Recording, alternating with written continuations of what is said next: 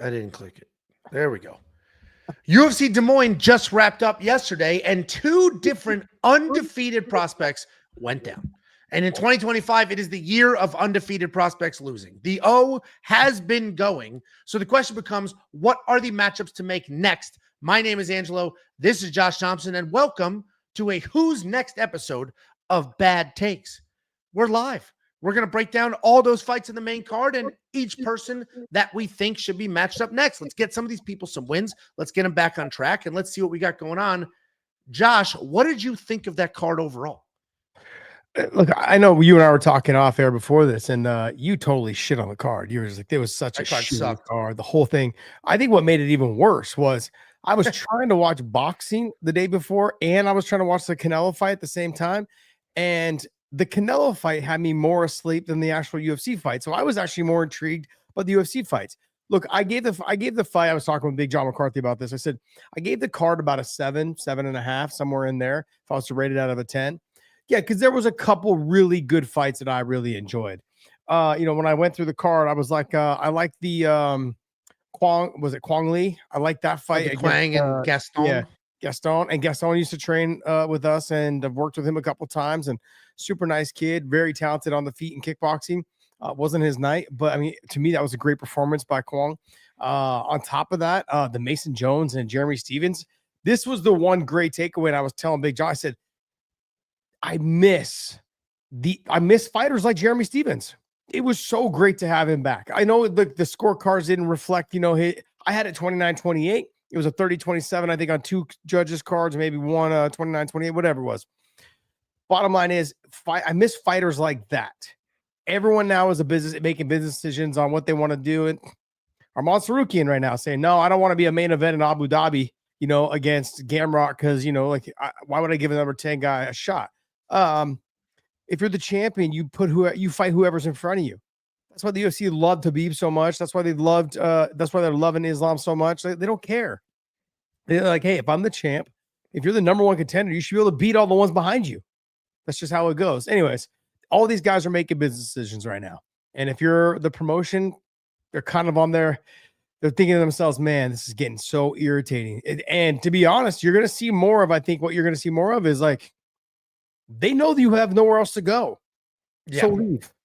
There's PFL is not a contender. It's just not. And the Bellator wasn't a contender either, but at least it had a little bit more name recognition. It had fighters that were in the UFC that left, and some left on win streaks. Gegard Mousasi left, I think, on a 5-fight win streak.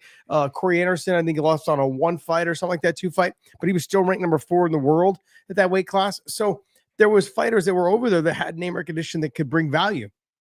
PFL is not having that right now. At least they do have them, but they're just not fighting them enough. So no one can compete. So if you're someone that wants to hold out right now in the UFC and you want to make business decisions, be very careful, man. You have nowhere to go. Yeah, it was nice to see Jeremy Stevens back, because by no means is he like very good. He's not going to be ranked. Like, he's not going to do anything in the division, but this is the entertainment business, and that dude's entertaining. He doesn't care. He's going out swinging. The problem is he just keeps losing. It's now technically a 6-fight losing streak in the UFC. And he's lost like 9 of his last 10 fights, if you don't count bare knuckle.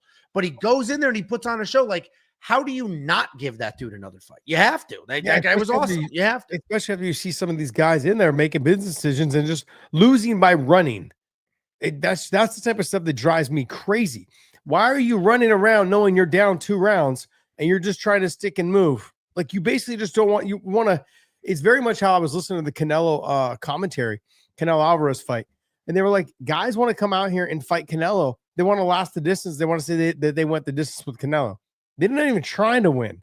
They're just trying to be out there and get those rounds in. Jeremy Stevens is trying to win. He's trying to knock your head off.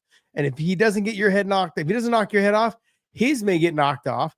But at least you've been in a fight. Mason Jones got done. He looked like the Elephant Man. His face was all swollen. Like, his eyes were swollen. I mean, you knew he was in a fight.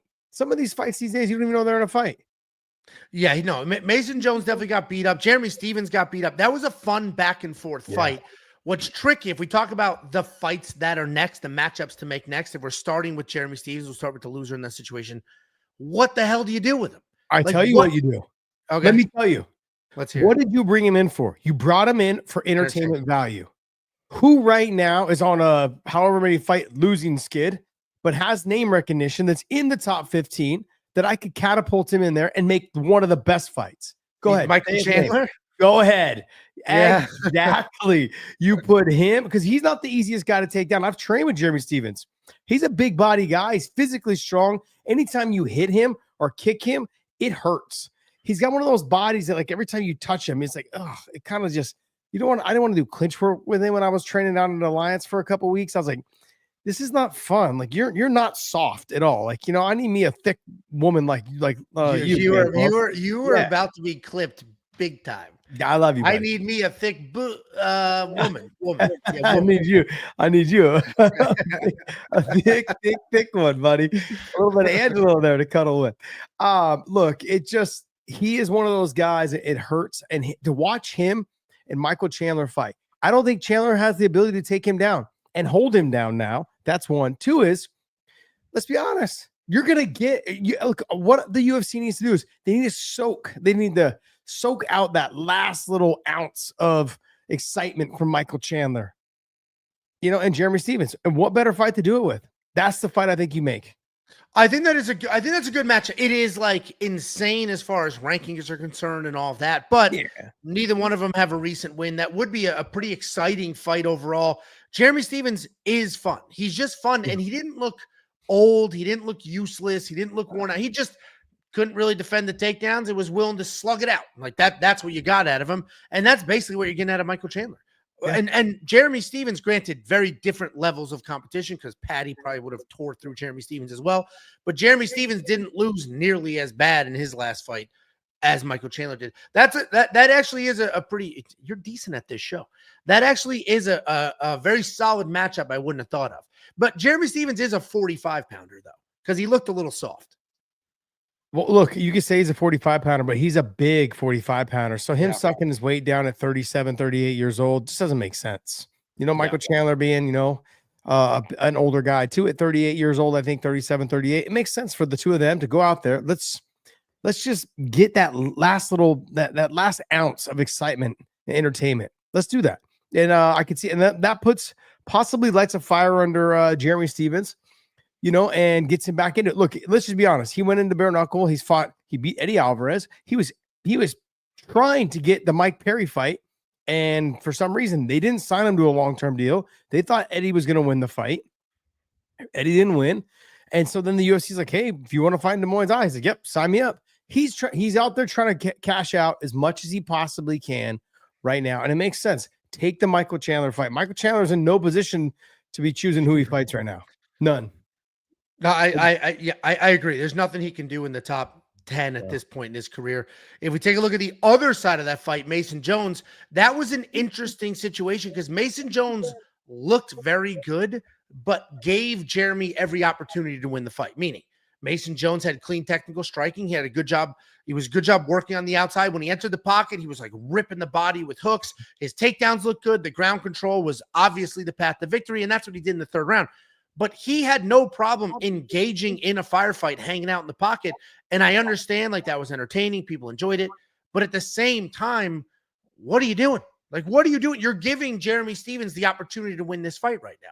So I think Mason Jones is very good. I don't think he should fight anybody ranked at this point in his career. But I do think that you think he should fight a ranked fighter. Well, I'm gonna use the same victim. I'm gonna go with Michael Chandler again. Like, I can put Michael Chandler in either situation and I'll get an exciting fight out of it. Mason Jones can probably stuff the takedowns and probably take him down too.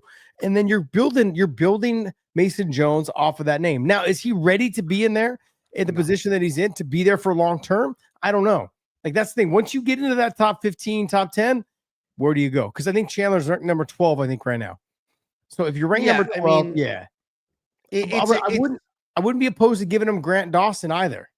But I mean, for me, honestly, I'd probably see that little cringe. Yeah. Like, Grant's a big body guy. He's not bad on the feet, but he's good on the ground. Like, there's some things to be worked out there. But I mean, I look at the Michael Chandler as if you're looking to build somebody up. Mason Jones, to me, he didn't have to go out there and slug it out with Jeremy Stevens. He did. He chose to. He did. And what I loved about him, like you were talking about the path to victory in terms of the grappling, he didn't really utilize that until the third round. He had some takedowns in the first, but there was really just not a whole lot of control.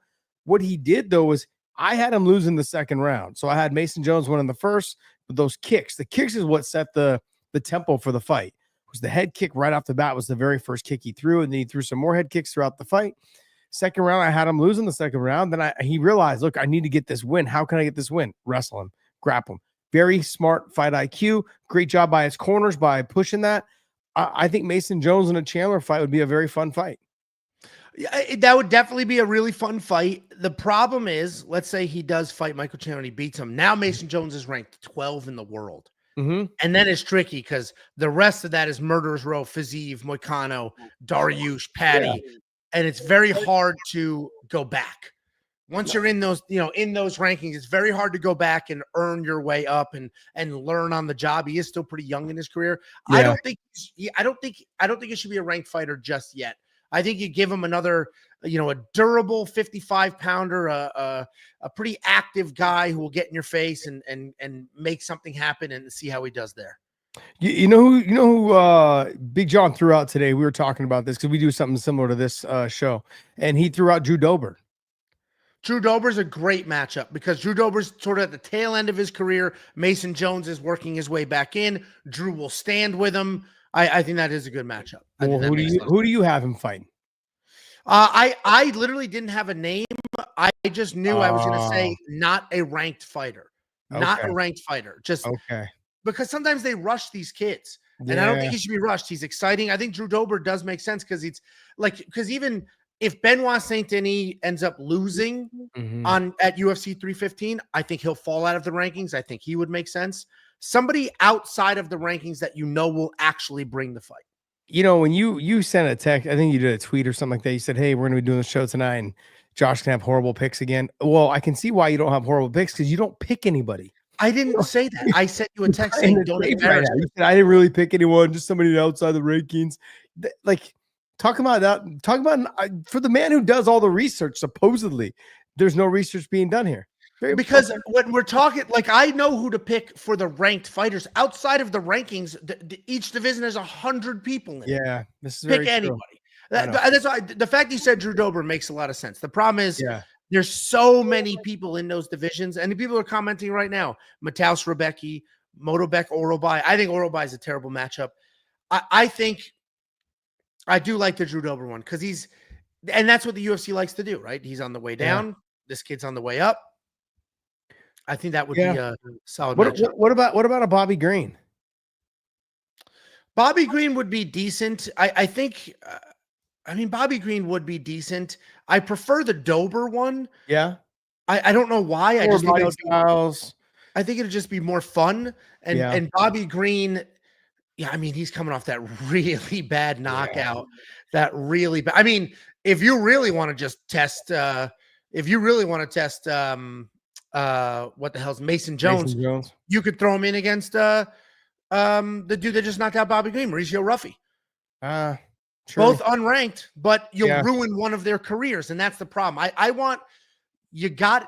So you started to talk about it, right? All these fighters now are not really willing to fight. They're not willing to engage. They're just trying to point, fight, and win. Mason Jones went out of his way to actually fight when it was very clear he didn't need to. So I don't want to throw him to the wolves just yet and get him a loss and then he falls down because we might take that spark away. If he goes in there against somebody that's pretty good and ranked, and then all of a sudden he loses, maybe he will go to the wrestling and he's just going to turn into that. Well, I also think too, like you're bringing up Ruffy. Ruffy might actually step in and fight Saint Denis. So now that Joe Alvarez is out. So, that would make sense. If he's always training, he's always ready. If he can make the weight, you can make that fight happen. Let's go. That's a fight to make. Yeah, I think I like your Drew Dober pick on that fight. Well, that's Big John. I got to give Big John the credit there. He kind of gave me that. I was like, I was leaning more towards the Chandler only because they're very similar body styles. Chandler, he will stand and bang it out. I don't think the wrestling's gonna be good enough. Mason just seemed like he's got that swagger about him a little bit, and I think with a win over someone like a Chandler, that really catapults his confidence. And you may see a different guy. Maybe he'll fight Grant Dawson next. Maybe he'll fight a Benoit Saint Denis next. Those are fights that we could see him winning. I'd keep him away from, like you said, Fazeev. After one good win, like say over at Chandler, maybe he's ready to fight Dariush. Dariush is very dangerous all the way around. He's got good grappling, good striking, very unorthodox. But I mean, like, I'm not trying to jump him up too much. I'm just simply saying, you'd be surprised how much confidence you can get as a fighter off of one huge win. All of a sudden now you feel like everything's clicking for you. It's all working. You start putting in a little extra work at the gym. Things just start hitting. And I can see that for him. Yeah, I like the original split. I like Chandler versus Stevens, both kind of names, especially Jeremy Stevens, especially Michael Chandler. They're both kind of names, both struggling a bit. I think that's a perfect matchup. Yeah. If Chandler loses, you're done. If Jeremy Stevens loses, you're done. So I think that's a good matchup. And then take Mason Jones, Drew Dober. I do like that. I like that setup. Drew Dober's chin's not what it used to be. So, they'll probably slug it out a little bit. Drew Dober's not shooting any takedowns. I think that's a really fun matchup. We do have a super chat here, Josh. Connor Souls said, Ange, your last vlog made me a fan for life as a deafen and a new girl dad. As a deafen. Maybe that's supposed to say degen, like a degenerate gambler. Keep up the good shit. Can't wait to send you some dumb shit. Open Josh, you fucking legend. Dude, how did you write this with your feet? How did you write this? I appreciate the super chat. This makes no sense whatsoever. I appreciate the super chat. Thank you, Connor, for the support. Connor, have you been drinking? That's the only thing I can think of. You got alcohol fingers. Sunday's usually my drinking day, but because I drank with you yesterday, I'm not drinking today. Oh, it was brutal, man. Literally, I came home, wrestled with the kids a little bit, and my son goes, "You were drinking, huh?" And I was like, "Kids, I had him mounted, and I was just like throwing punches at him and stuff." And he was like, and then his sister tried to save him, and she was only like, "Get off of him!" Trying to like pull me by the neck. Greatest part is I said, "Well, if you're gonna save your brother, you have to really do something, like pull my hair, bite me." So literally, she bit me. Look at that mark right there. See that right there? That mark. She legit bit you? Legit bit me. Like almost took a chunk out.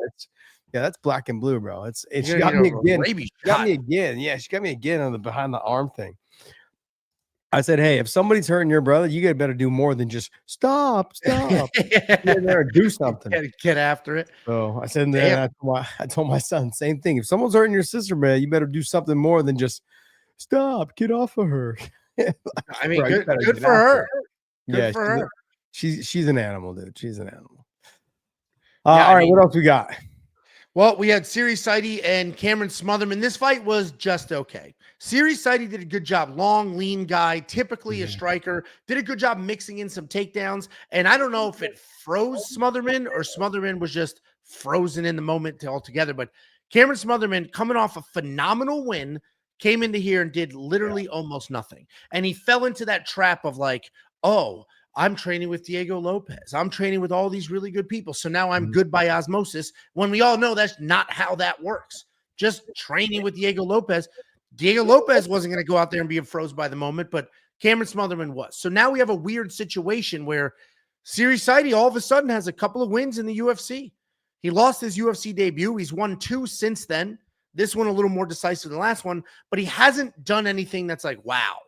Yeah. Okay. Yeah, this guy's real good. So I think this is similar to the last conversation. Let's give him another unranked guy. Let's give him somebody a little tough at 135 pounds, or let's give him Adrian Yanez because Adrian's a guy that has proven himself to be very good, but he also needs to get another nice, clean, clear win. He kind of got screwed in his last fight. He was coaching Smotherman here. I think Sidi versus Yanez would be solid. A long, lean striker versus a fast, clean boxer. And we'll find out if Yanez is as good as we thought he was. Yeah. Or if not, then Siri Sidi is a nice little prospect here. And if Siri loses, it's okay. You lost to a pretty good guy who's been here for a while and you're still young. So I like Siri Sidi versus Adrian Yanez. Okay, look, I'm going to kind of do this little thing where, Daniel Marcos is someone that, to me, like had a little bit more name value than Siri Sidi. So if I was to match him up, I'd say, look, I know that Marcos is coming off the loss. They were both on the same card. They're ready to fight again. I'd have, not like Marcos looked, he was not a barn burner. I expected a lot more out of him in his loss to Montel Jackson. So if I'm going to take Sidi, I'm going to take Sidi and Marcos, see if I can get Sidi to build up a little bit of name value. He's not ready for anyone in that top 15 right now, so might as well match them up. They were both on the same night. Let's go ahead and just run them in another 3 months, probably on the prelims of the International Fight Week or the fight card right after, the fight card right before. Something along those lines is what I would do with them, with Sidi. Yeah. I mean, you could almost take the winner and loser of this fight and match them up against the winner and loser of that fight. Because you could also say, all right, Sidi versus Montel, and then Cameron Smotherman versus, I would do Smotherman versus Kwong Lee. Okay. Yeah, the one that beat Bolanos. Yeah. So you've got he had that's his win. He had 2 losses when he first came into the UFC, 2 losses in a row. He gets the win over Bolanos, who's a very good striker. I would probably go Smotherman to see if, like, hey, maybe you just had a bad night. Maybe you're having a hard time dealing with the range, whatever it was, right? Maybe the takedowns, whatever threw you off, whatever it was. Let's get you against Kwong Lee, somebody who can actually get after a little bit. He's very energetic, goes hard. Physically is not as talented as Smotherman, but I think it's one of those like kind of make or break moments. Like, let's see, fight. Kwong Lee had a very good performance, dominant performance. He did. Yeah, and he will grapple. He will wrestle. How does Smotherman handle that? Obviously he was kind of like frozen in the headlights a little bit in this fight. So let's see if that carries over into this next fight. Yeah, I think the Kwong Lee matchup is solid. I would go the other side where I like Gaston Bolanos. He's exciting. He came out in that second round, knowing he lost the first round, came out in the second round, was like, I'm going to get after it. I'm not waiting. Yeah. I am getting after it. I am moving forward, and I'm trying to make this happen. And I love to see that. Cameron Smotherman, before this loss, had a great win over Jake Hadley, who's a solid striker. So I would like Gaston Bolanos and Cameron Smotherman, 2 good strikers. We'll find out if Cameron just got real lucky when he beat Jake Hadley, or maybe the range was an issue, but it should be a fun fight. And one of them, that tried and true method of 2 dudes coming off a loss, at least one of them get a win. So yeah, I like that. That's true. Yeah. Bolanos will stand and trade, spinning elbows, all the business. So definitely a fight to be had. Montel Jackson, though, who do you have him matched up against? Yeah, Montel Jackson's a tricky one because, first of all, I did not think he was going to win this fight. I thought what was going to happen is I knew he could win this fight, but I thought Montel has been having so much success knocking people out that he was going to show up and chase power. And I thought he was going to chase power, not find his target, slow down as the fight went on. But that's not what happened, right? He worked in the wrestling. He defended the takedowns. He got taken down, didn't stop moving on bottom, was constantly trying to make something happen, got his hands going. I think Montel Jackson should get a ranked opponent, and I think we should just dip the toes in that division. Obviously, he's number 15 right now, so I think we work our way up and throw him in there against Mario Batista. Maybe if Jose Aldo wins, give him Jose Aldo. Kyler Phillips is ranked above him, but I think Mario Batista at this point. Mario's got a couple of solid wins. Montel Jackson's putting together a nice body of work. Mario, frankly, I don't think Mario won his last fight. So, or the Jose. Yeah, when he fought Aldo. Yeah, I don't think he won that fight either. He didn't look great. But why would I give him somebody that I feel like he could beat? Like, I'm not going to warrant that kind of like type of performance with somebody like ranked below you that you should win so you can keep your energy going. Nah, I'm going to give you someone a little bit tougher, make you earn it a little bit more. With Montel Jackson, though, I went with Marcus McGee. Okay. He's ranked a little bit ahead of him. Baby steps. Marcus McGee got power, can wrestle, he can do a little bit of everything. Like, those are the kind of fights that I want to see him in right now. And his style, Montel Jackson's style, is very weird, man. Loopy punches, long range punches. He's got some power, but the knee comes up because he is tall and longer. I think he's 5'10". Like, it's just difficult to deal with. You have that like Cory Sandhagen at 5'11", right? Knee just comes up the middle when you're not, like, you dip a little bit, not even a lot. Like, someone just dips over just a tiny bit and the knee's right in your face. And I think Montel Jackson versus Marcus McGee would be a good fight, man. Yeah, I think that would be good. I love Marcus McGee. That dude is just like, he's unbelievably powerful, can do all the things. Like, I think Marcus McGee is a very good fighter. So that would be a really solid matchup to find out how good Montel Jackson is or is not. Yeah. So you still work him up the rankings. You don't quite jump all the way up to number 10 in Mario Batista. It's funny because you're trying to punish Mario that he didn't win that decision, where I was just going to use Mario. To me, it's a punishment to go down. You're saying it's a punishment to go up. I'm saying it's a punishment to go down. Yeah, he just like Batista. They're gonna end up having him fight somebody that, like a Marlon Vera probably next. They're gonna be like, hey, like I think he quite literally is fighting Chito Vera next. Oh, is he? Yeah. Okay. I didn't know they were Mark. That's gonna be a tough fight for him. Chito's not the easiest guy to take down. Chito does tend to kind of give away rounds though when he does hit his back. That sucks for him. But on the feet, like if he's not, Batista's not careful, man, he's gonna get knocked out. Yeah, he will get knocked out.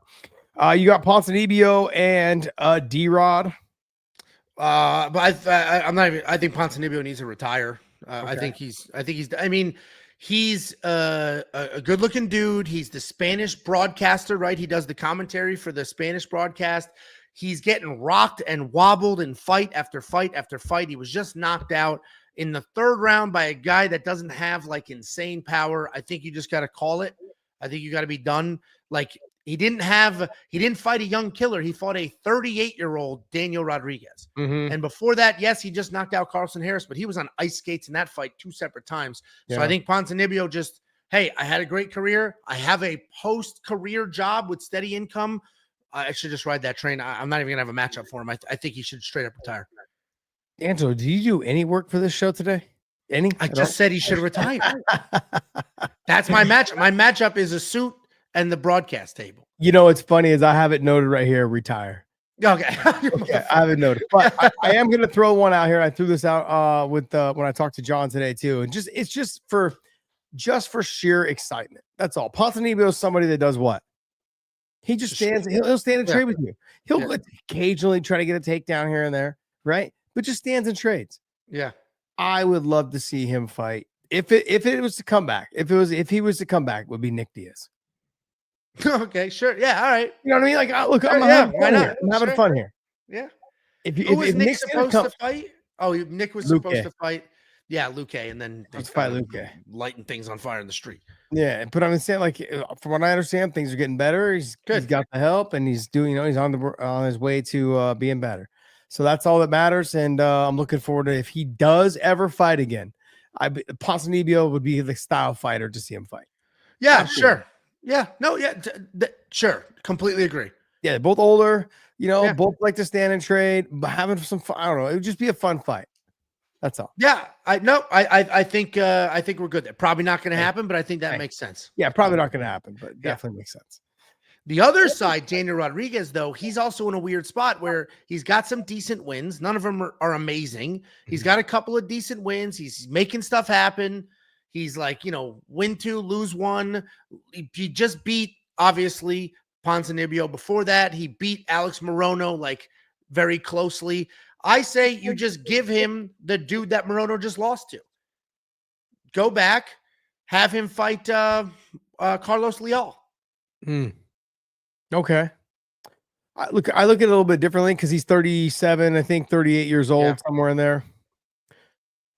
Do you ever want to get into the top 15? I think the perfect fight is there available for him. Vicente Luque. He'll stand and trade. They haven't fought before. I think John was thinking they had fought earlier, but look, bottom line is Vicente's on the way down. D-Rod is old enough now. Like, hey, let's get you into that top 15. We can talk about how you've been in the top 15. I think the Vicente Luque fight is the fight to make. You're a big fan of throwing Jeff Neal out there. Jeff Neal would be another one in the top 15, also a little older. That could be a matchup that would be slapped together. Yeah, that's definitely something there. There's just Wonder Boy. Wonder Boy is old, 40. Yeah. Just got knocked out.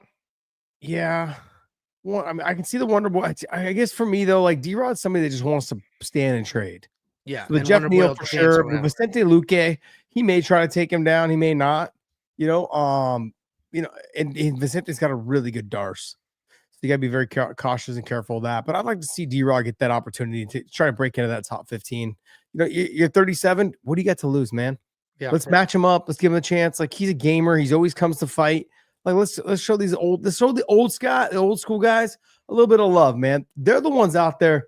They're still not making a ton of money, and they're throwing it on the line. So I want to see those guys the ones that are actually, do you want to be a fucking fighter? I want to see those guys get rewarded by getting better fights.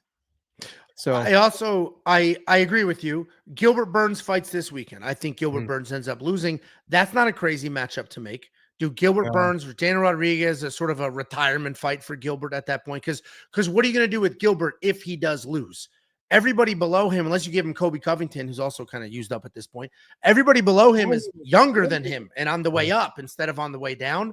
So maybe that a matchup kind of like that, to your point, get a couple of older guys together that'll still get after it, put on a nice show, have some fun, because D-Rod moved forward. He was swinging wild. It was just a good old-fashioned slug fight, and they were getting after it. So you don't necessarily want to waste him on a good wrestler or waste him on, somebody who's not going to let him do that. That's why I figured Carlos Leal, because they'll swing and bang. And Carlos Leal may flatline him, but they'll just swing and bang. Like, it could just be a fun fight. Look, when you're, like I said, or about Ponzanibio, and also what I said about Jeremy Stevens and Michael Chandler, we want to get the most out of them towards the end.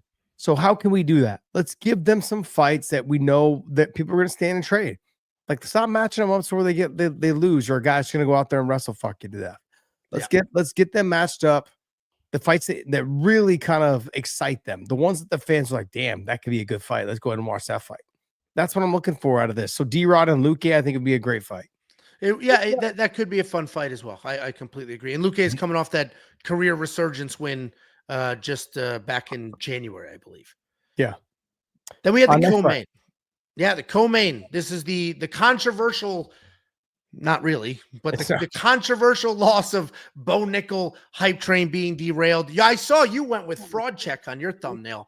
I don't quite think that's what that was. It was a question mark. Fraud check? Okay. What was it? All right. What do you think? I think that a kid who had 7 fights fought somebody who has 25 fights. Yeah. And I think that's what we saw there. I don't think everybody's so quick to just bail on Bo. You and I did the show, our MMA fans the worst, just last week. And then Bo Nickal loses, and everybody is like, I knew he would lose. He sucks. He's a fraud. This guy blows. He's too cocky. Nobody was like, all right, dude only has 7 fights. He only has 7 fights, and they matched him up a 2-division world champion that is basically a literal giant. So my takeaway from that fight was Bo Nickal was losing some of the striking stages, so he got the takedown. Once he got the takedown, he was good. When he pulled guillotine, it was the dumbest thing he could have done, and it changed the rest of that fight because RDR ended up on top, and then you could see the look in Bo's eyes when he was like, what the fuck? Why am I on my back? Huge. Yeah, this guy is huge. This is terrifying. I want nothing to do with this. So then in the second round, no more wrestling because I don't want to be on the ground with this guy. That wasn't fun. And then obviously he got finished the way he got finished. So in my mind, I don't think he was completely embarrassed. It was a knee to the body, right? It's not like he got knocked out for the chin. What fucking fight were you watching? I thought it was I'm a Bo Nickal fan, man. From time he wrestled at Penn State, like I'm a Bo Nickal fan.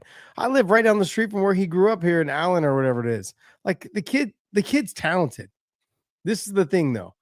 Every single time you have a world-class wrestler, they come in and all of a sudden they fall in love with power. They want to be stand-up guys. Bro, learn your grappling, which I think you have grappling or you wouldn't have jumped the ghillie. Right? Yeah. Like you have something that works for you in the gym, which is probably the ghillie, and you know that the wrestling's there and you can probably work your way back up at any time. So shape your career around that until you get enough experience and then go ahead and become a striker. All of these dudes want to stand, trade, pretend like they're good in the clinch. It's different than wrestling. And until you can shape your mind to understand that, I thought it was a bad look. Look, I'm a big Bo Nickal fan. I wanted to be successful. True all-American wrestler. I mean, I'm looking forward to him having success. But I mean, realistically, I really put him I put him back quite a bit. Big John talked me out of it, but I was like, hey, I think he needs to probably go back to like the LFA. Get some you were cutting him. Not cutting him. Doing what the UFC has done before with like God, what's the kid's name? Yusuf Zalal, even Mason Jones, right? They cut him. They said, go get some more fights and come back. And they knew that once you get some more fights, get a little more experience, get some wins, come on back, and we're gonna get you in here. And Oh, so man. they cut him. Sure, they cut him, but I'm not cutting him. I'm like, let's get you some fights somewhere else, or let's go ahead and just match you up against guys that are wrestlers. So it's wrestler versus wrestler. Work on your ground and pound. Let's shape you. And so the fight that actually I didn't think of this fighter, but Big John came up with this guy too today was that kid Torres Finney. Dude, There you go. maybe. Dude, I honestly, What do you mean maybe? I've got a couple of matchups here. The reason I don't like that fight is Torres Finney, the most boring decision in history in his life. Like, that dude needs to be punished. Give him, like, he needs to earn a few wins before he gets, because he could potentially beat Bo. Just hold him against a cage, maybe get a takedown. RDR basically got to take that. Like, you know, I don't like that. I've got a couple names. You're just afraid that he's gonna win. It's possible that he beats him. Okay, Correct. well then That if that's the case, then let's go a different direction. Is Bo too small for 185? Should he be fighting 170? It's funny because I had this conversation with my friend Bo on the block today. He was like, I didn't get to see the fights. I saw Bo lost. And I was like, he lost. I said, the problem is, as accomplished of a wrestler as he is and everything he did, he never was and never will be a physically imposing guy. He's not insanely fast. He's not insanely powerful. He's not ripping doubles right at the middle. He was always very technical. He was always very slick, and he was always very put together in the wrestling mat, but he wasn't a physically imposing guy. And now here he is at 185, supposed to be the best wrestler we have, and accomplishment-wise, he's right up there, but he's not a physically imposing guy. Even the way he took down RDR, I think it was like a throw an underhook, inside trip, or something like that. It wasn't a big, like, physically imposing type takedown. So he might be a little too small for 185. And you and I filmed the show, we didn't put it out just yet, about these tweener fighters and adding weight classes. He's definitely too big for 170. He's probably too small for 185. But I do think there's a lot of matchup for him. 185 is a pretty deep division, and not necessarily the best division, but deep as in there's a lot of mid-tier guys that have some name notoriety. Yeah. Andre Muniz just lost a bunch of fights. Let's see what we have there. Jacob Malkoun, good wrestler, not dangerous hands. Andre Petroski's a good wrestler, has some power in his hands. Yeah, that's a good fight for him. That's where I landed. I landed on Andre Petroski because Andre Petroski's got power in his hands. He can wrestle, and we'll find out if Bo can or cannot really handle this weight class. Yeah, Muniz thing is, I kind of entertain that, because he doesn't impose his will. He kind of lets the fight develop in front of him. Bo could take him down. He have to avoid the submissions, but I think he's capable of doing. The Petroski fight, no. Potentially gets knocked out, can be stuffed on takedowns. MMA wrestling is not the same as college wrestling. Wait. Yep. You don't want the Petroski matchup because you're worried Petroski will win? Yeah. Well, if Petroski beats Bo Nickal, then he is cut. Then you're right. Send him to LFA. He's done. But I feel the same way about Torres Finney. Like, at least in that fight, right? It comes down to a wrestling match. But Torres Finney is just so goddamn boring. I think he should be cut. Okay, win. If Bo takes him down, he can ground and pound him out. If Bo gets taken down, you got to start rethinking. Like, and then both of them should, or not both, but then whoever loses probably needs to be cut. So that's kind of like, I want Bo Nickal to succeed. But if he can't beat Torres Finney, then what are we doing? Yeah. Like, this is one of those things. Like, you went from, hey, I know if I was to fight Hamzat, I'll be the favorite at minus 1,000. Yeah. To now, and look, the other thing too is let's not pretend like RDR is some slouch. Like, the guy's a 3-division champion and he could literally be the UFC champion in a year. Yeah, good chance. Then all of a sudden, this loss isn't the worst thing we've ever seen. What about his call out? I liked RDR's call out. Yeah, we'll talk about him next. He called out Sean Strickland. I liked it. Why not? Let's do it. It's a name versus a name now. RDR's a name now. It's name versus name. It matters for the rankings. It means something. I actually say give him his wish, because what else are you going to do with Sean Strickland? Run backs? Like, he's coming off a boring run back, some other nonsense we've already seen. I love that matchup. Yeah, I think it's a fantastic matchup. And look, for someone who's a 3-division champion and, 185, 205, and I think in heavyweight as well for one championship, like, there's some marketability there. And the fact that he's that tall, long, he's really big for 185. Like, he's just his length and all that stuff. Knees, and he's like, he kind of reminds me a little bit of like Nino Schembri, not in his body style or anything, but like just doesn't care. If you take me down, cool, I'll figure it out. And if I take you down, I'm gonna be on top trying to smash you. Like on the feet, I'm not beautiful on the feet at all. But damn, I'm gonna do something to you. I'm gonna land the knee. I'm gonna lap some elbows. He just makes it very like grimy in that clinch.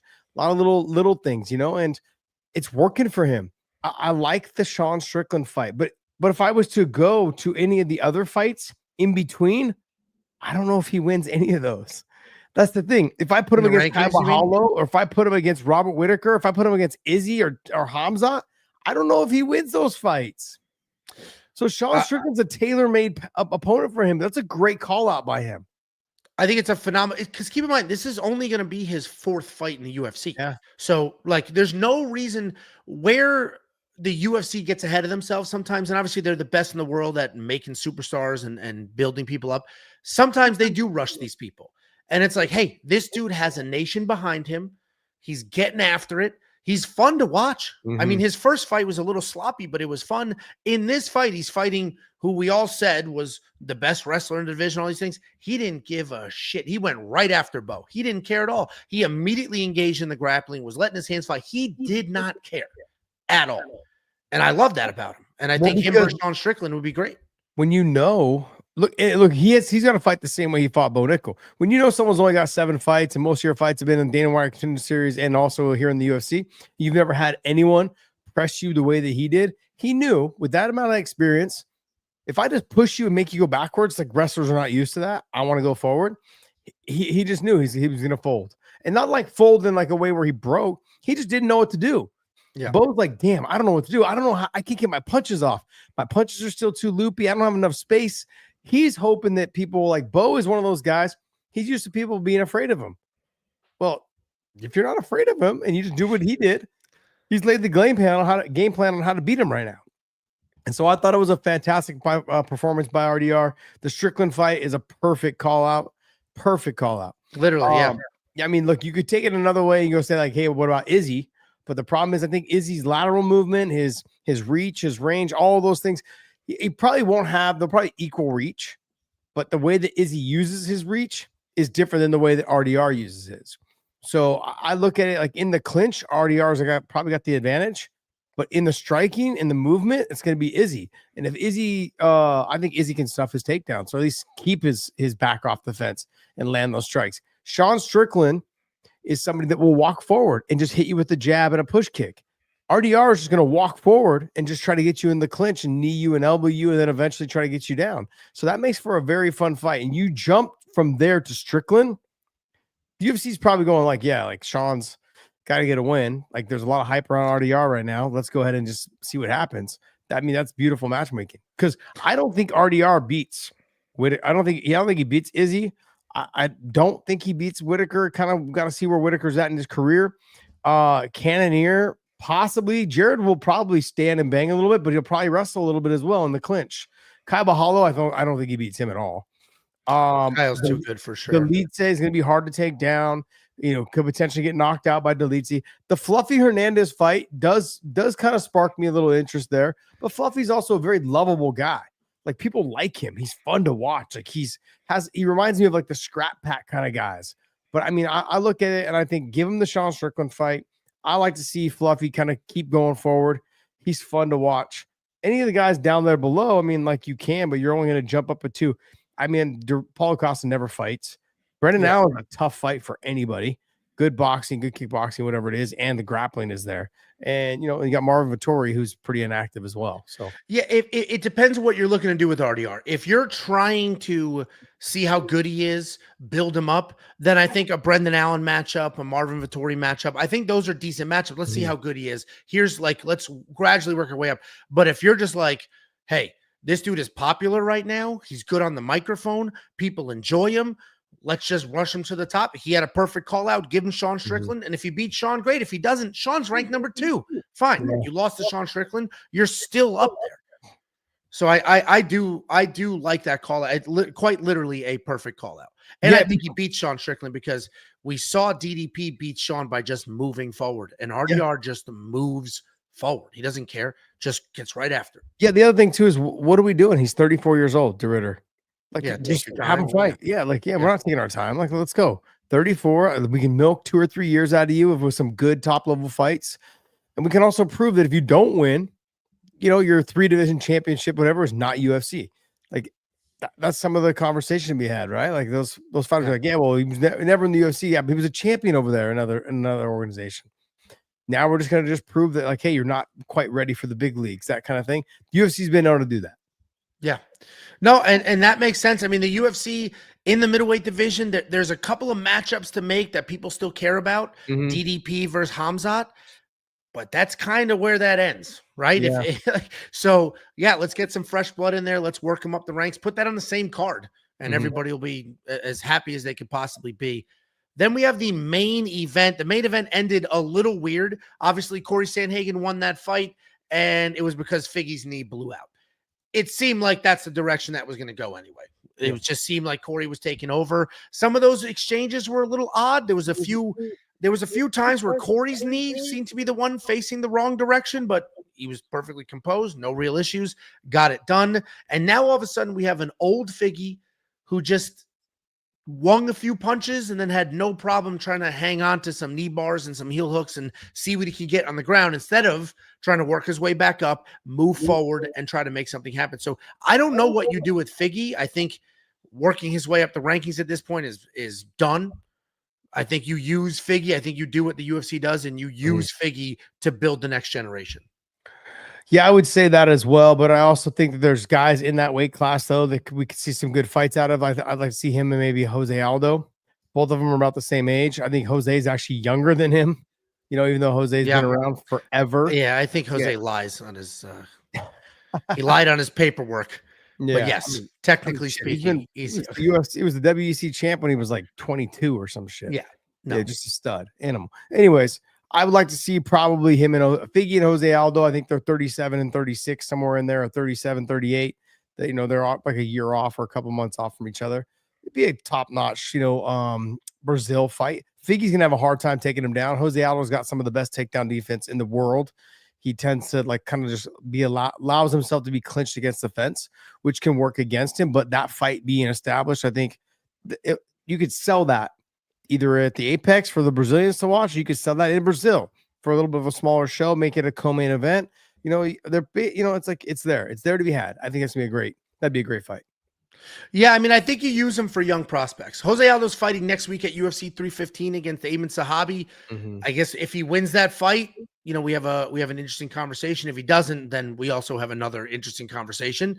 I think you can go a few different directions. You can keep it in the legends status, right? Older guys, established guys, have them fight each other. You said it earlier, like squeeze as much out of them as you can, or you use them. You just use them. And then UFC tends to just use and abuse these guys when they get a little older. Montel Jackson, we talked about him earlier. Montel Jackson at 15 had a very good performance. Figgy ranked all the way up there at 5, had a terrible performance. He's going to stay at 5 because he lost to number 4.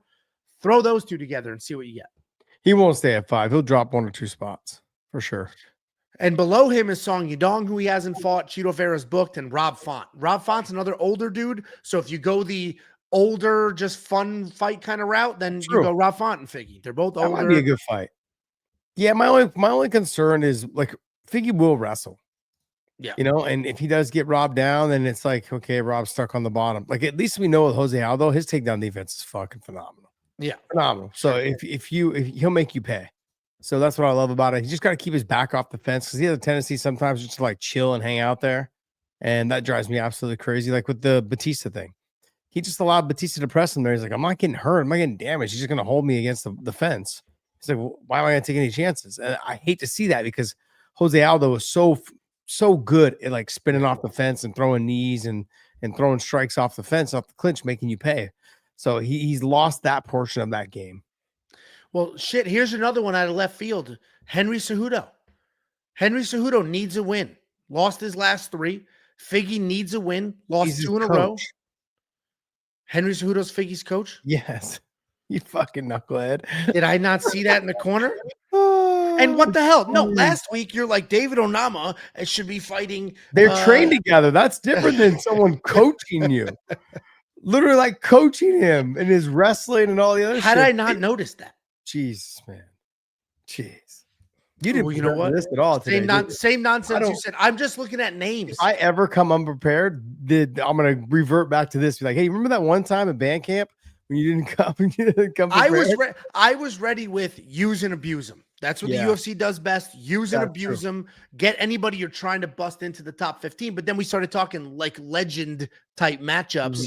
And it's like, all right, there are a couple of older guys here that could use a win. Let's use them in that direction. Look, I'm really enjoying, like, when these guys leave the UFC and they go and fight bare knuckle, they fight karate combat, like, they still have some fight in them. Yeah. And they still are willing to go ahead and lay it on the line. And Sam Alvey is the karate combat champion of over Tyrone Spong. Of all things, we were just talking about that last night. I said, if I was to say Sam Alvey is going to beat Tyrone Spong in a kickboxing match, I'd be like, you're fucking crazy. You're crazy. There's no way. Sure enough, knocks him out.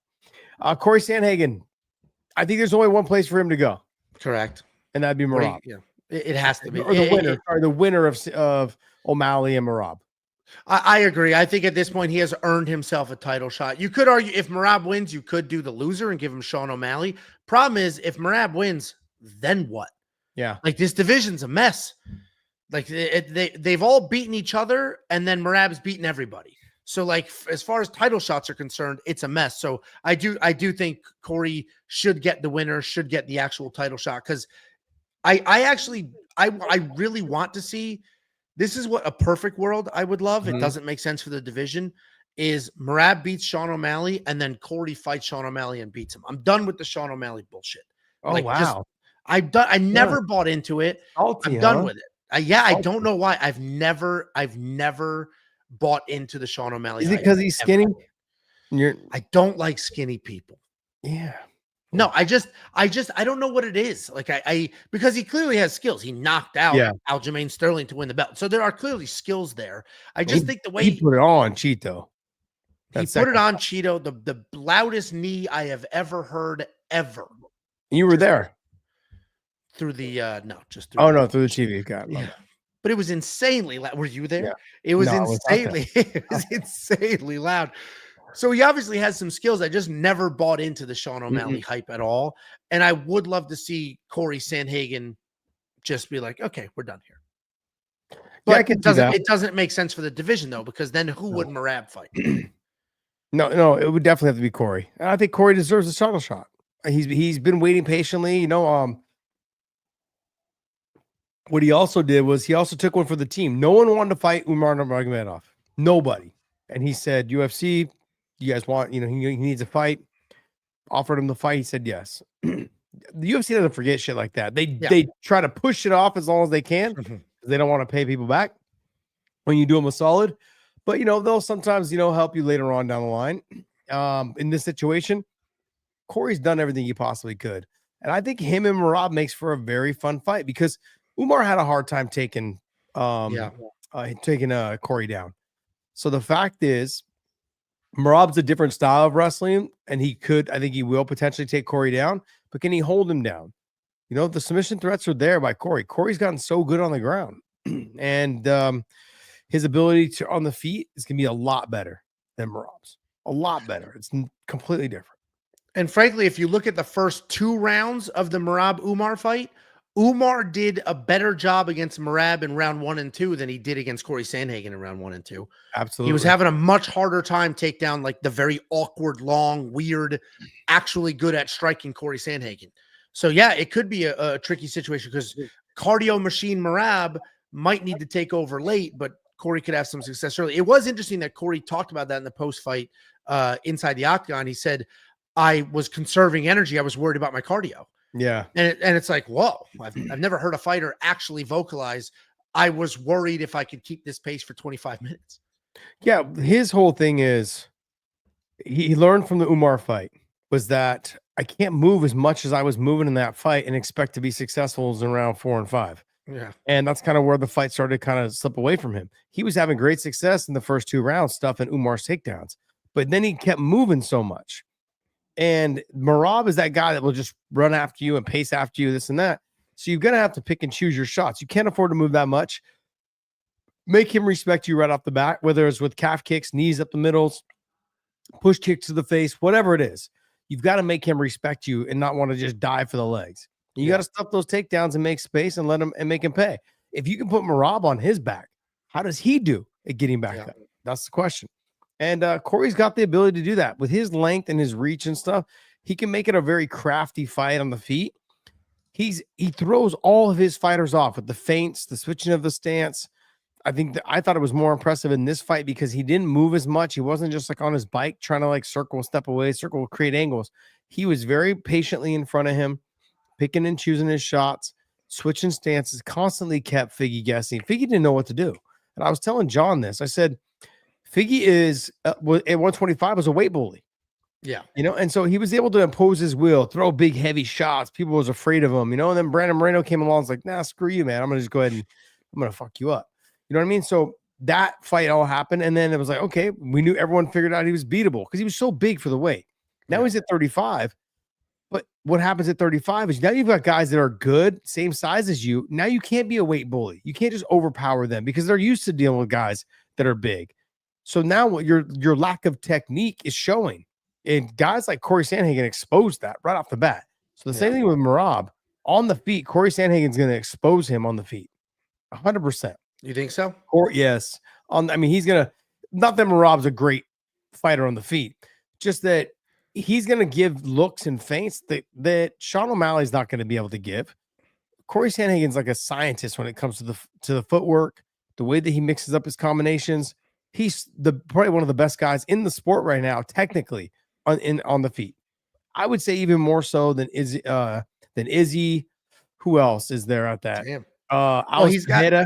Like Alex is so good because he's got power in his left hook and his slow, lazy kicks have a thud that have an impact.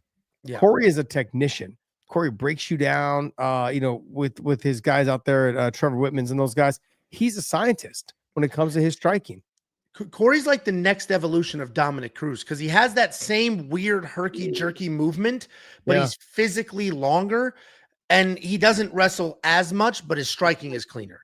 Yes. So he's like a Dominic Cruz with the same movement, better striking, not as good at wrestling. Would have loved to have seen that fight, both of them in their primes. That would have been, they would have just been, the movements would have been insane. Just like could have been a super boring fight or a really good fight. It was always weird watching Dominic Cruz because the way he rolls with punches and the way he moves, it always looks like he's rocked. It's like, it was just an awkward motion. He's just doing awkward motions. I always thought that he would roll the wrong way at the wrong time and catch a head kick like he did with Chito. Yeah. But it didn't hit him until towards the end of his career when he would slow down enough. Yeah. Yeah. I expected him to get caught and clipped a lot earlier in his career. He never did. He was just so good. He had his rhythm, his little switch stats, like he did everything. He was good, man. He was good. Yeah. Dom was. So good on him. I mean, look, I think some of the matchups were good. I'm glad I had to carry this show again. I'm pretty good at this. We know that. You are good at these. Are you actually preparing ahead of time? Well, yeah, because I can't just like make up names on the fly. Well, I didn't know if you would just have it on the screen next to you or something like that. No. I write them down. I'm someone that I still use pen and paper, bro. I was going to say, because like I came into this with some names I was positive about, and then some others where I was like, I don't have a name, but it shouldn't be somebody in the top 15. That's all I care about. That's where we're running the problems because like there's so many guys that are outside the top 15, but you want name value. Like if you're coming off a win, I want to give all these guys a name value. Yeah. Who do you have? Who can you fight that has a name value? That's why I said that with that guy's name, Sidi. Like, I would say him against Daniel Marcos because there was so much hype going in on Marcos, being undefeated, all this stuff. I'm like, he's got a bigger name than you, and you had a better performance. So let's go ahead and have you match up against him, try and steal his mojo, give him 2 losses in a row. I don't know if they'll do that, but I'm simply saying, like, those are the kind of things you want. Bo Nickal and Torres Finney, though, to me is I know you say that, but look. It's wrestling. It's wrestling. And let's be honest, both of them fought in the Dana White Contender Series. So why not Bo Nickal versus Ryan Loder? They both lost in the same card. That's fine too. I would take They're both early in their careers. Yeah. I would take that as well. Loder's he's another guy that just doesn't know how to wrestle when you're getting punched in the face. Like he's got a chin though. Yeah, multiple time All-American or whatever national I think he was an All-American, D1 All-American, yeah. How are you? You're getting rocked and you're like trying to stand and trade with your back. Shoot a single or a double. Do something. Get to a body lock. Same thing that happened with Bo Nickal. Like you all of a sudden didn't know how to wrestle at all when you're getting punched in the face. Same shit happens with Michael Chandler. Like every time he gets rocked. When he fought Charles Oliveira, I think it was, bro, just shoot. No, drives me absolutely crazy, man. His fights with Will Brooks back in Bellator, he would get rocked on the feet, and it was like he would literally just turn away and like run away. And I'm like, what are you doing? Yeah. So you gotta. There's certain guys, man. Like wrestlers are not used to being hit, and you got to find that dog in them. I mean, some of them have it, some of them don't. That's what makes things like Daniel Cormier so special. Cain Velasquez so special. You hit them, they want to hit you back. Not all wrestlers are built that way. I don't give a shit if you're a 4-time national champ. Not everyone, not all of them are built that way. You might have been dog on the wrestling mat, but you ain't a dog inside the cage. There's a lot more things coming at you. You hate the guy, but Michael Chandler has dog in him. He's an idiot. He does. And he makes terrible decisions, but he's got dog in him. He does. Yep. Especially when he was younger. Yeah. The only fight that I ever questioned was his second loss to Will Brooks. He like went through this weird thing where he like kind of got hit and he kind of turned away and like kind of like was talking to the ref. He just was lost. It was really? It was almost like trying to call timeout in the middle of the fight. I don't know if you ever saw that fight. No, I was there for the Eddie Alvarez fight in person, the second one. The first one or the second one? The second one in Hollywood, Florida. And that was like, this is an unbelievable. They were both in Hollywood, Florida. Oh, well, the second one is the one I was there for. Yeah, I was there for the first one. I was there. Was in the first one then? I was there on the card. You were there for Trevor Prangley lost. Yeah, so that was the first one. That was the first one. Yeah, so I saw the first one. Yeah. Yeah, that was a fucking fantastic fight. It was unbelievable. They both were. That's why when Michael Chandler first came to the UFC, that's what it was like, guys, go watch those fights. Watch those fights, then come back here and tell me this is a good signing. Like, this is a good signing. Yep. Great fight. Great fight. We do have a quick. What are you gonna say? Go ahead. I said both those fights were good fights. Oh, yeah. I'll say there is a request. Rusty Moore said, can y'all do a video on fighter activity or lack thereof? He said Charlie Campbell, for example, he's 2-0, 30 years old, in his prime. He's not injured. He hasn't fought in 14 months. What are we doing here? So there's obviously something underlying there. There's got to be probably some sort of injury or something like that. Charlie Campbell is another example that Big John used today. He's like, give him one of the guys there. Who was there at that position? Isn't Charlie Campbell a 55-pounder? Yeah, who was on the card that was 55-pounder? Oh, give him a Mason Jones. Him and Mason. That would be Jones fun. Two strikers. Yeah. Charlie Campbell's a striker. Yeah. That would be a fun. Yeah. Charlie Campbell's not bad. Sounds like Big John's carrying this show, and he's not even here. Wow. You hold your names that you're like, I'm so prepared. I write it all. No, I just like to give credit where credit is due. I can't take credit for his pick. I was like, hey, that makes sense. Like, I totally forgot about Charlie Campbell. Charlie was a phenomenal fighter in Bellator. No clue why they never signed him to a long-term deal. None whatsoever. He had great fights, great wins. I'm like, why are you guys not signing him? Oh, no. I'm like, what are you guys doing? He is fun. He's a fun fighter. So, I think him and Mason Jones may be a good fight. That could be a good one too, because like same conversation we had earlier. I don't want to rush Mason just yet. Like, let's build some of these guys, because then you end up. Bo Nickal's an extreme example because he was wildly hyped, but then you end up in that situation where a young undefeated guy's hype train is entirely gone, and you got to start over. And it's much harder to start over than it is to continue on the path you're already on. If there's already hype, just keep building that hype. But once they lose the hype, it is Bo Nickal's going to need 4 wins in a row to get back to where he was 2 nights ago. Got it. Perfect. I mean, look, overall though, I think what'd you give the score on the card? You gave it a 7. I would have said a 5. Oh, wow. I thought it was like very middle of. Well, 5 is what? That's middle of the road, right? 5. It's middle of the road. 500. We didn't have a ton of absolute bangers. The main event, while it was a finish, it was kind of a fluke injury. Co-main event was a big wow moment, which was pretty cool. You had a sloppy fight that meant nothing to anybody in the Ponzanibio fight. Exciting, but sloppy. Didn't really matter for the division. Once you like the mattering for the division sort of, brings it out. Like, because even the Jeremy Stevens fight was probably fight of the night. That was awesome. Yeah. But outside of that, if I'm looking at this card, Juliana Miller, Ivana Petrovic, that was the worst. They should cut them both. That was the worst fight I've ever seen in my life. Thomas Peterson, Dontel Mays, that was boring as hell. Quang Lee Gaston, that had some excitement. Jillian Robertson beat good fight. Yeah, that had some excitement and good on, we mentioned earlier, but good on Gaston. Lost the first round, came out in the second, didn't give it, knew the assignment. I got to move forward and make something happen because I can't get taken down again. Yeah. Jillian Robertson beats Marina Rodriguez. That's the second older woman in a row that she fought in their retirement fight. Like what, let's give her a real fight. Like technically there was a finish, but it wasn't. No one knew that Marina Rodriguez was going to retire. She's 38. She lost 3 in a row. No one knew that she would retire, though. Some of them will fight until their wheels fall off. You never know. I mean, I am surprised she did retire. But, yeah, to be honest. Yeah.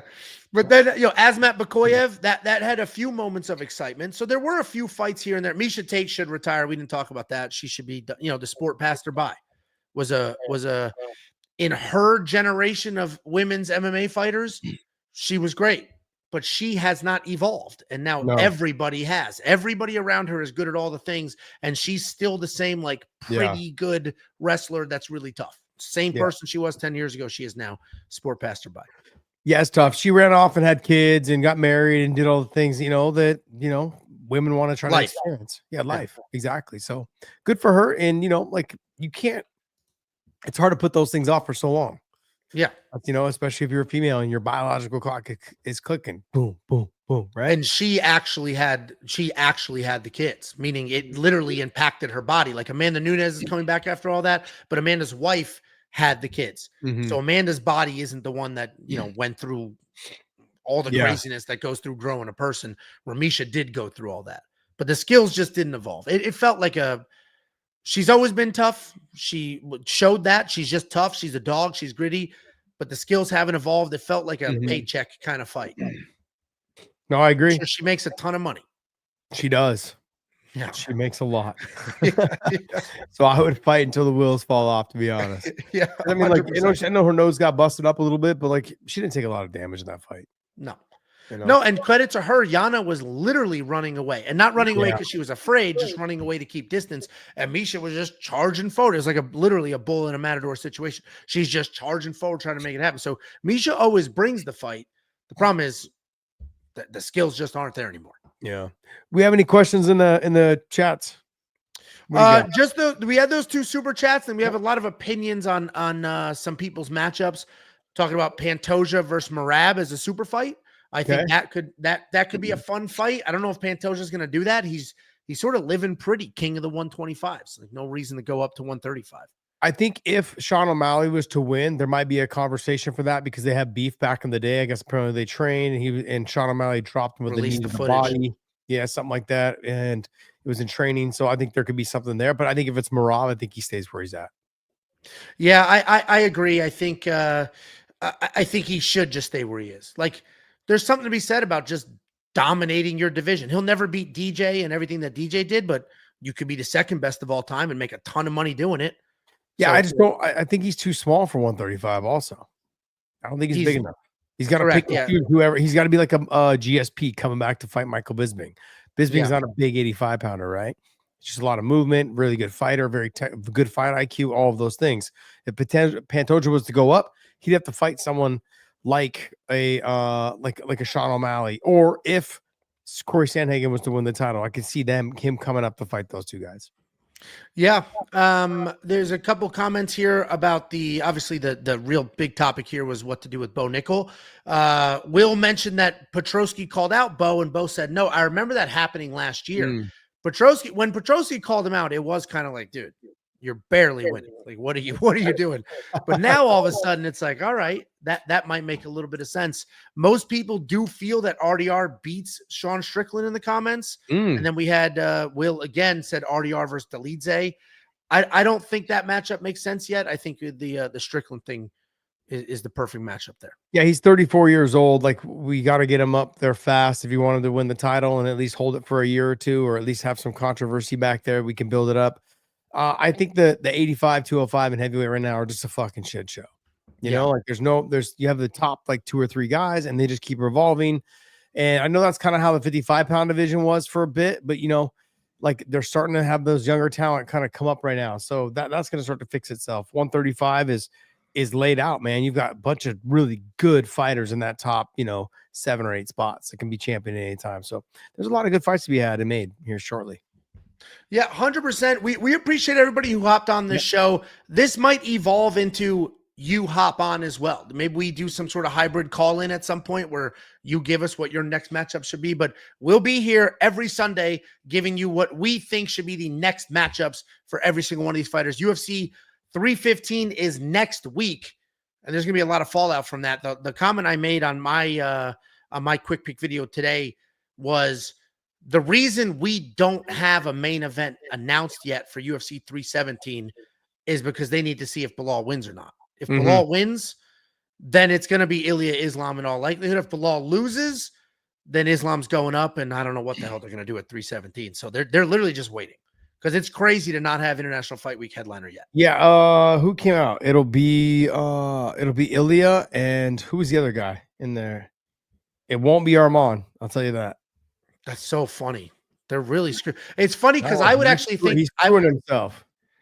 I would actually assume the UFC. Charles Oliveira. Sorry, not Charles. Justin Gaethje. Yeah, what a. I at this point I hope Merab or I hope Bilal wins because I want Ilya Islam. I don't want Justin Gaethje and Ilya for a vacant title. Like, all right, it'll be fun for. I mean, it will be an exciting fight, but it's like, does Justin really? He was just unconscious face first 2 fights ago. Did he really earn that title? So that's why, or the title shot. So I would like to see. I think that the biggest fight they can make right now is the John Jones fight. That's not happening. Second biggest is Ilya Islam, and all the cards are in Bilal's hands right now. Yes, yeah, I think it's the other way around. I think the first biggest is Islam and Ilya. You think so? I think I think second or third is Tom and John Jones. I just honestly believe people don't care about John Jones anymore. They don't. I actually agree with you. I think people just like, all right, let's just put these belts together and be done with this whole charade at this point. But at this point, like people are kind of like, I have friends that are real big into the UFC. They've stopped talking about John. They're like, okay, when's Tom fighting? That's all they care about. They're like, when's the young up and coming guy fighting? Like, I care to see him. I'm tired of him being the champ or the interim champ. He's not fighting. They want to see him fight. He's energetic. He's fighting with he's got that passion about him. No one's talking about John Jones anymore. I've got some old heads that are talking about him. You know, later I do my dad dojo with, Bobby Lashley's like, yeah, John's this, John's that. I'm like, it's been a while. Yeah, it's not only been a while, but he hasn't sold over 1 million pay-per-views only once in his whole career. Yeah, so, he's not a draw. He would be a draw in that. The narrative would be the draw, not John himself. Nope. All right, my man. Well, hey, we're going to wrap this up. All right. We appreciate you guys. We'll be here every single Sunday, and let us know what bad take topics you would like us to talk about next.